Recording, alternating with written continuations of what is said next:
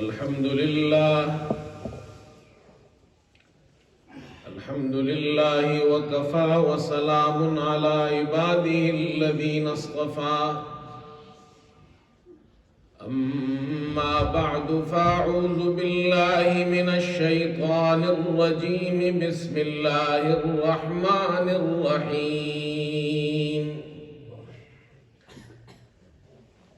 إنما يريد الله ليذهب عنكم الرجس أهل البيت ويطهركم تطهيرا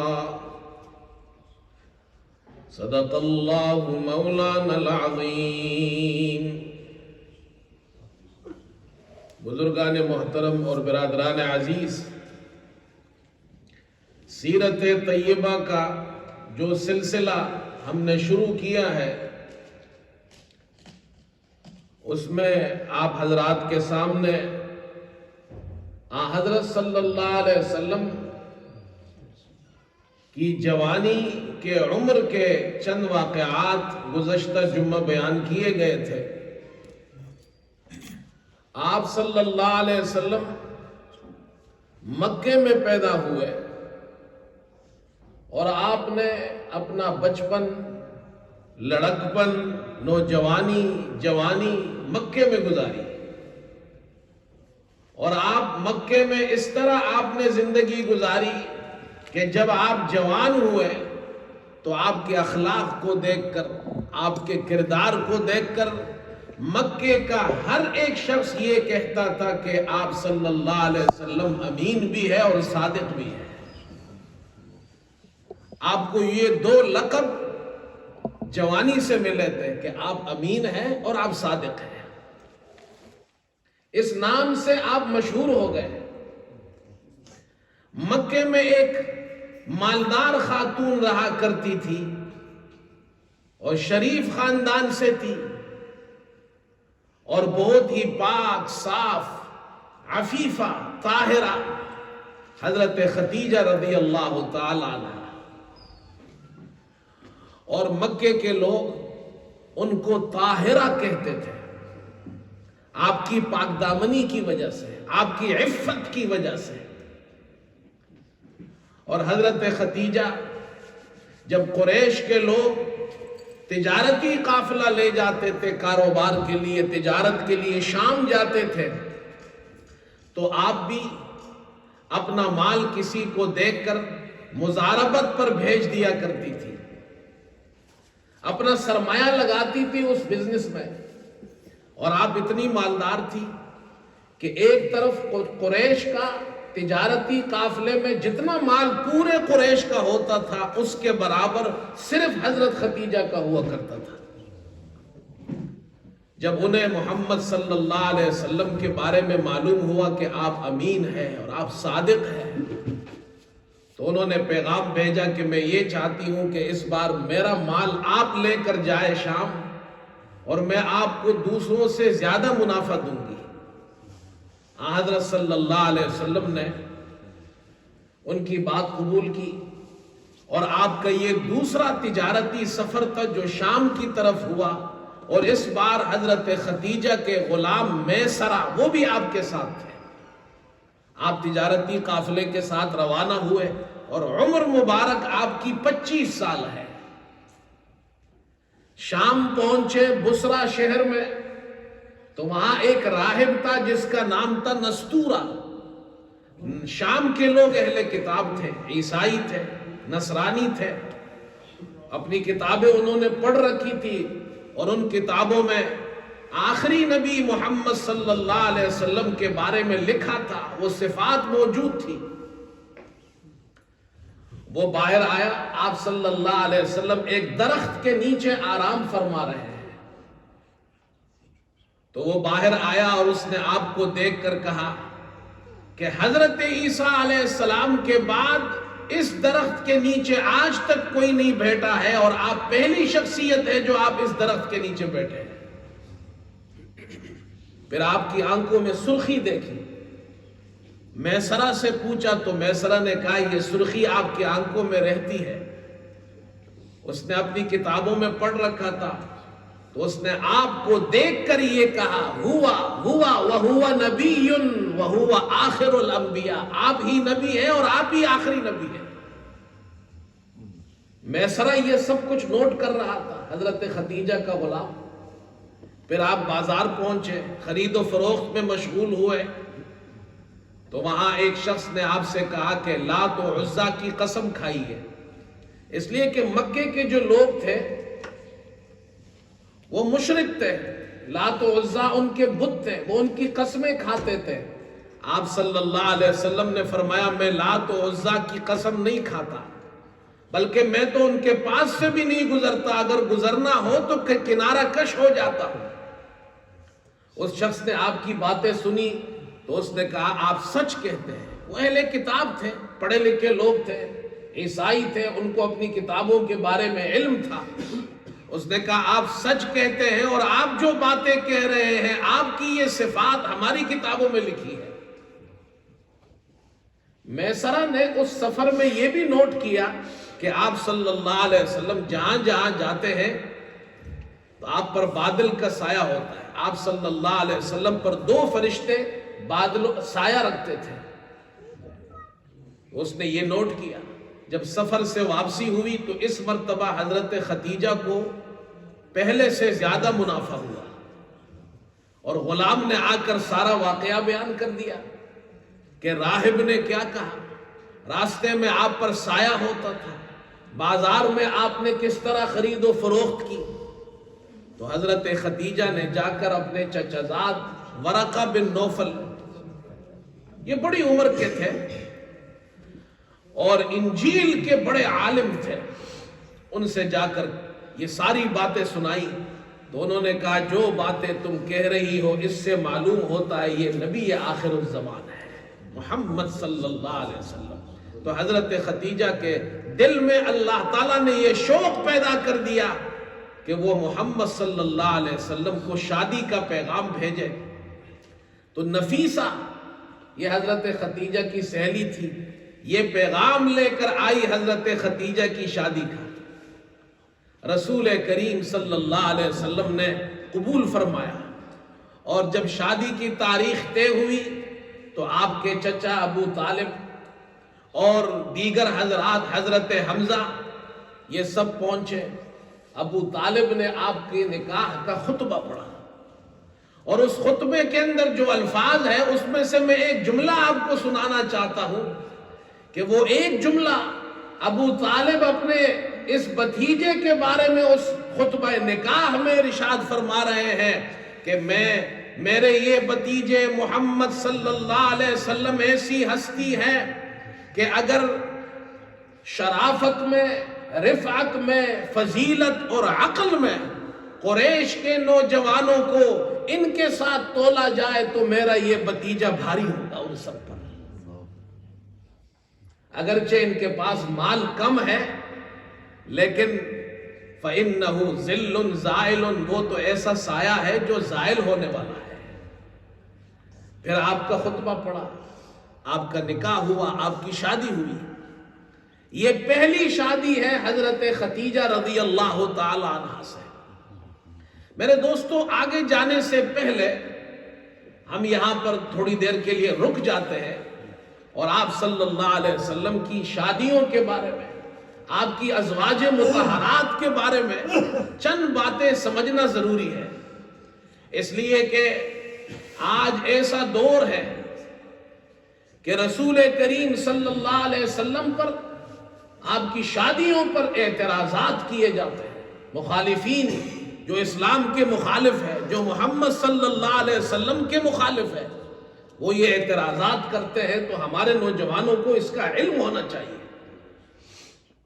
آپ صلی اللہ علیہ وسلم نے 11 شادیاں کی، آپ کی 11 ازواج مطہرات تھی۔ پہلی زوجہ محترمہ حضرت خدیجہ ہے۔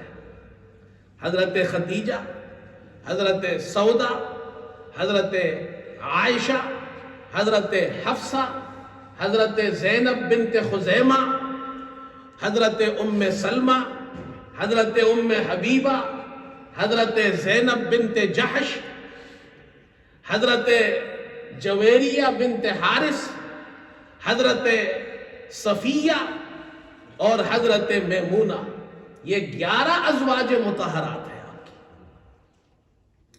اب مخالفین یہ کہتے ہیں کہ نعوذ باللہ محمد صلی اللہ علیہ وسلم نے حظ نفس کی وجہ سے شادیاں زیادہ کی تھی۔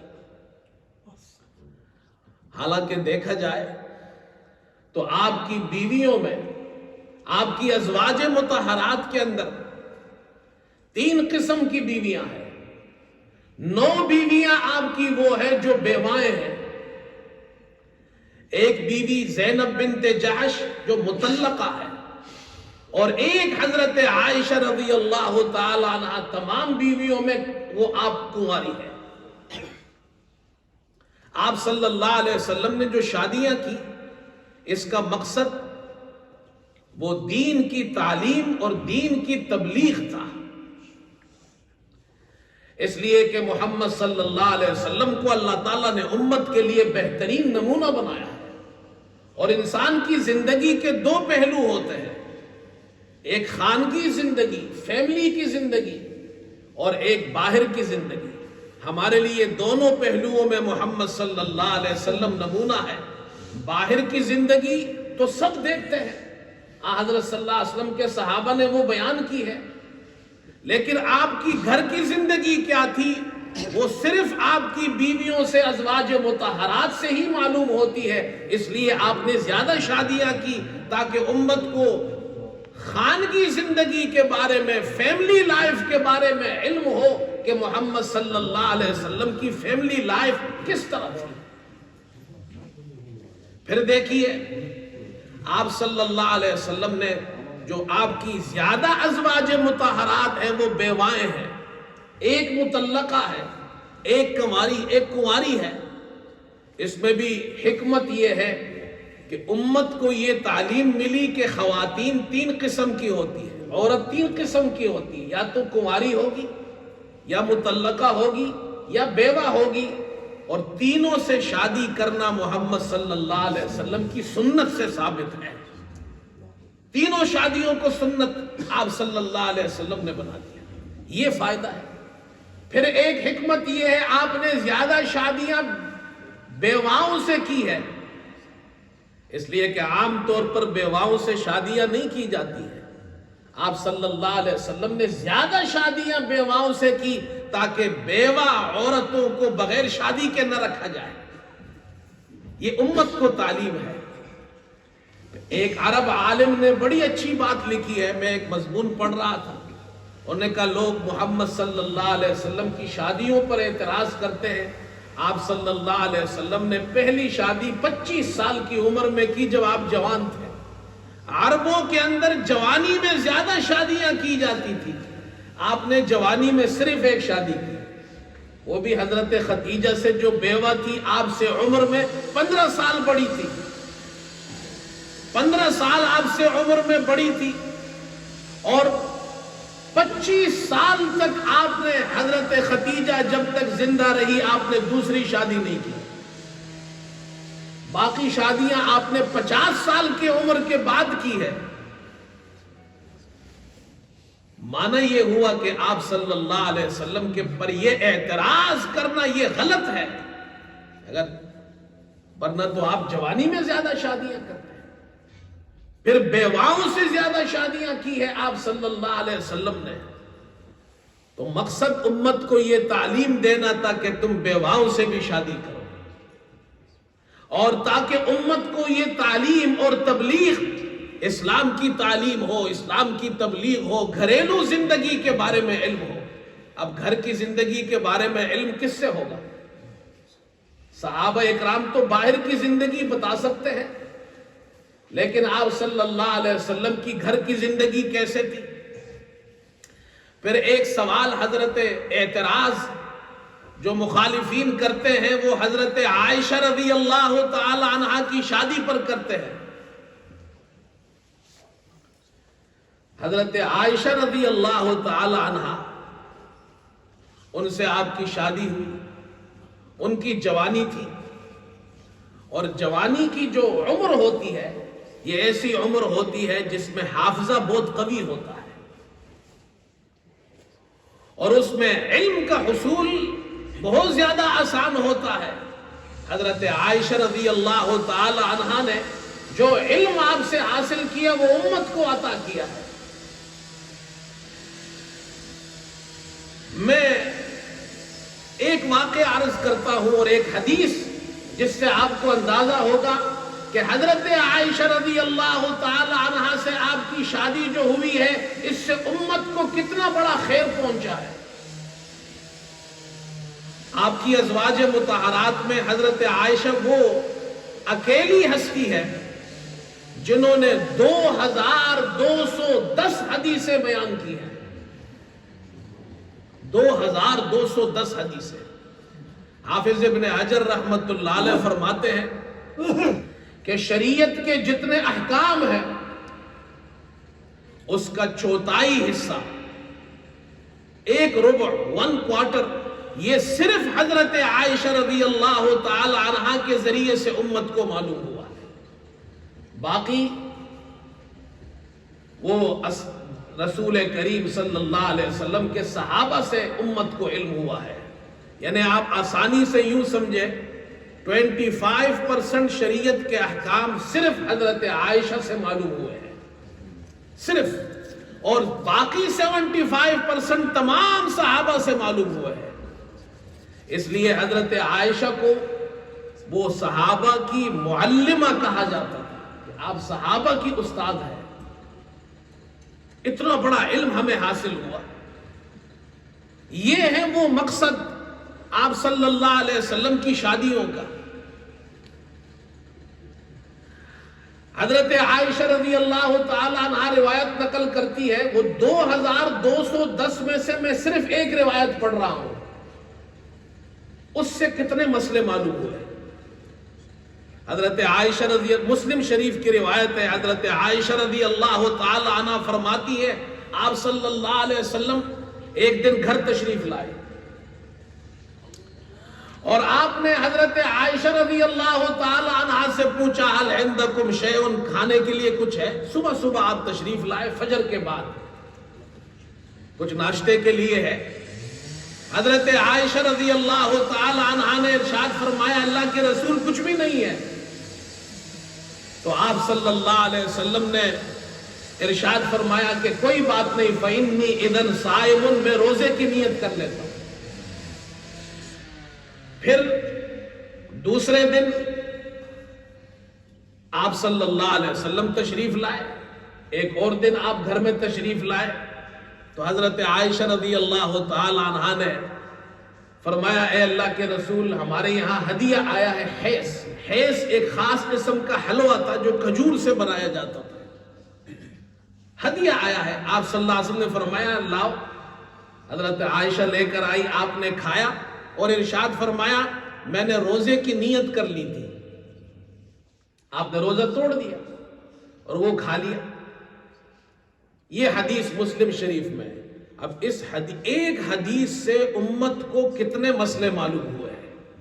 نمبر 1، آپ صلی اللہ علیہ وسلم کے گھر میں اخلاق کتنے بڑے تھے.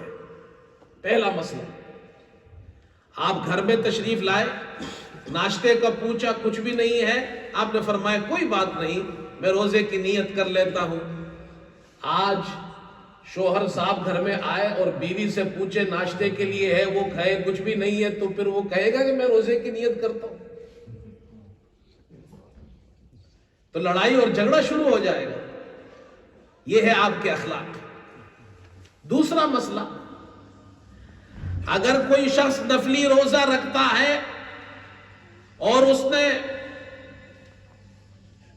صبح صادق کے بعد فجر کی نماز کے بعد نفلی روزے کی نیت کرتا ہے بشرطے کہ اس نے کچھ کھایا پیا نہ ہو، تو نفلی روزہ اس کا ٹھیک ہوگا اور وہ نیت کرنا ٹھیک ہے.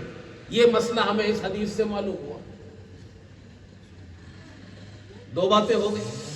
تیسری بات، آپ صلی اللہ علیہ وسلم نے جو روزہ رکھا تھا حلوہ کھایا، اب وہ روزہ ٹوٹ گیا، اب اس روزے کی قضا ہے یا نہیں ہے؟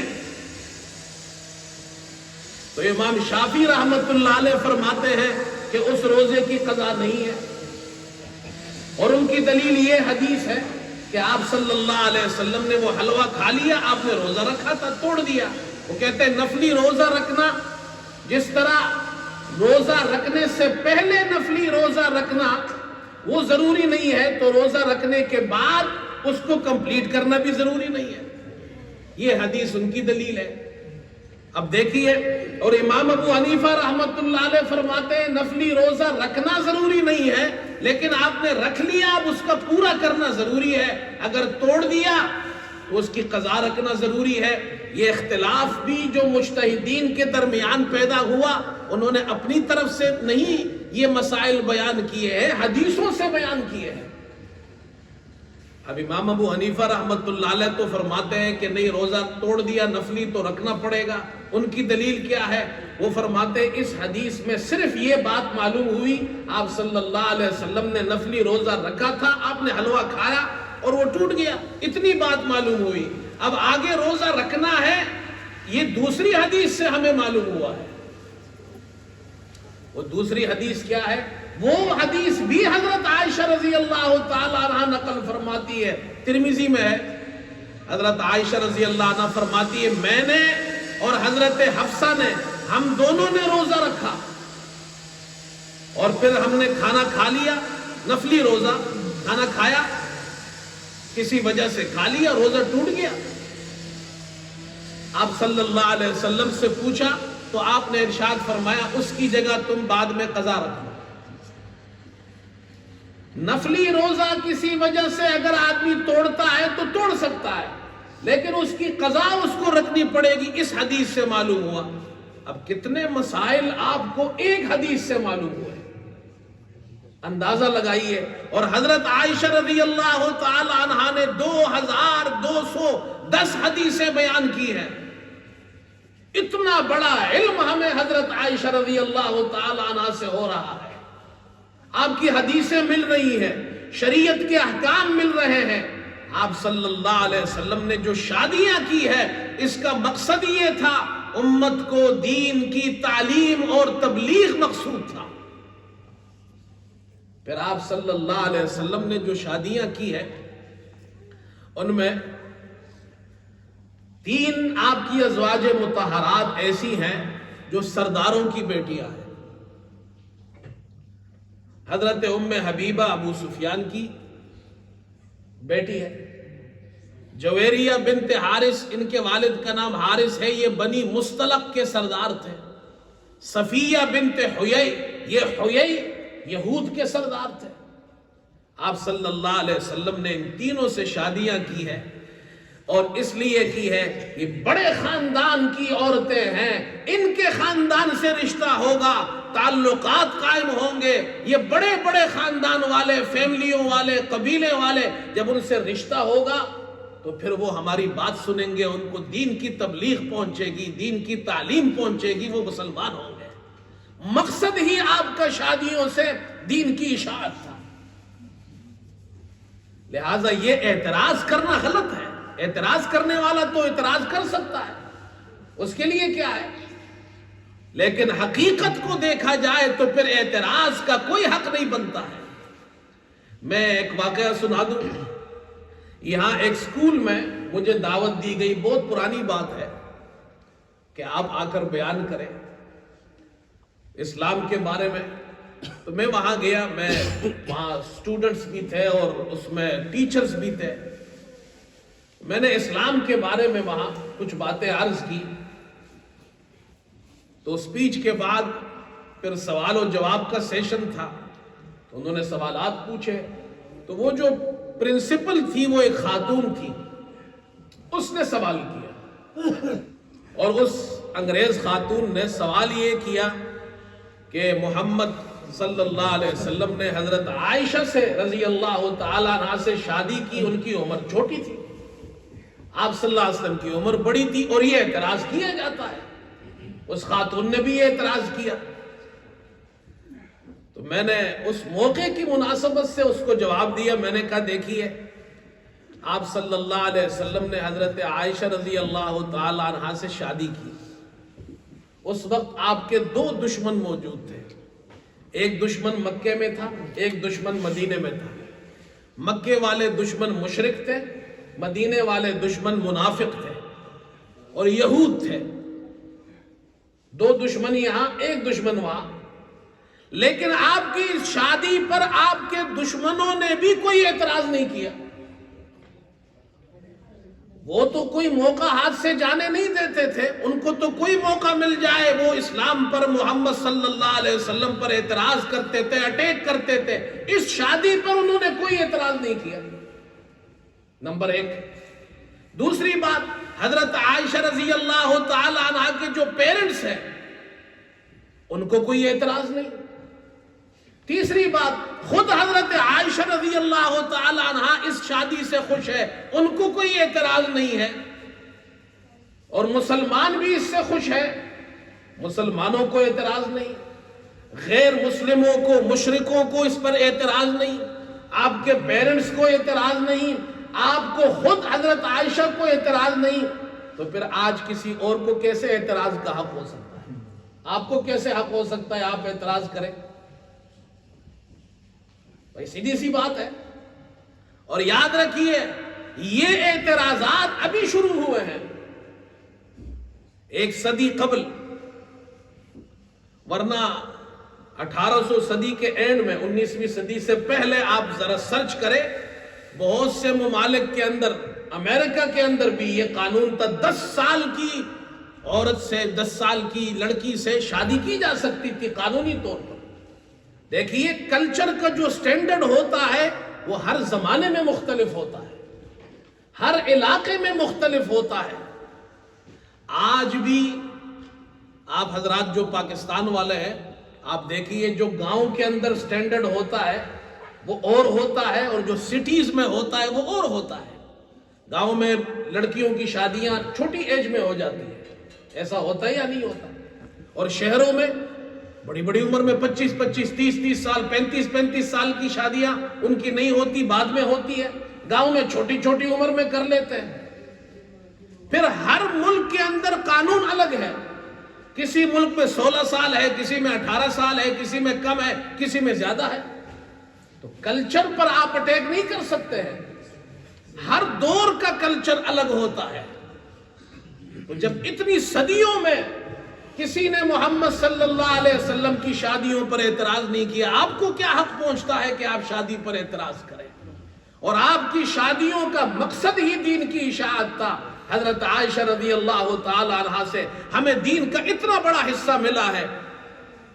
اللہ تعالیٰ قرآن پاک میں پھر آپ کی بیویوں کی تعریف کرتا ہے. فرمایا انما یرید اللہ لیذہب عنکم الرجس اہل البیت ویطہرکم تطہیرا. اے اہل بیت، محمد صلی اللہ علیہ وسلم کی گھر والیوں، اللہ تعالیٰ تو یہ چاہتا ہے کہ تم سے گندگی کو دور کر دے، تمہیں اچھی طرح پاک اور صاف کر دے. یہ ہے ازواج مطہرات کی شان. اللہ تعالیٰ ہم سب کو سمجھنے کی، اور صحابہ اکرام رضی اللہ عنہم اجمعین، اور جو آپ کی ازواج مطہرات ہیں ان سے سچی محبت اور عقیدت ہمیں نصیب فرمائے. وآخر دعوانا الحمدللہ رب العالمین.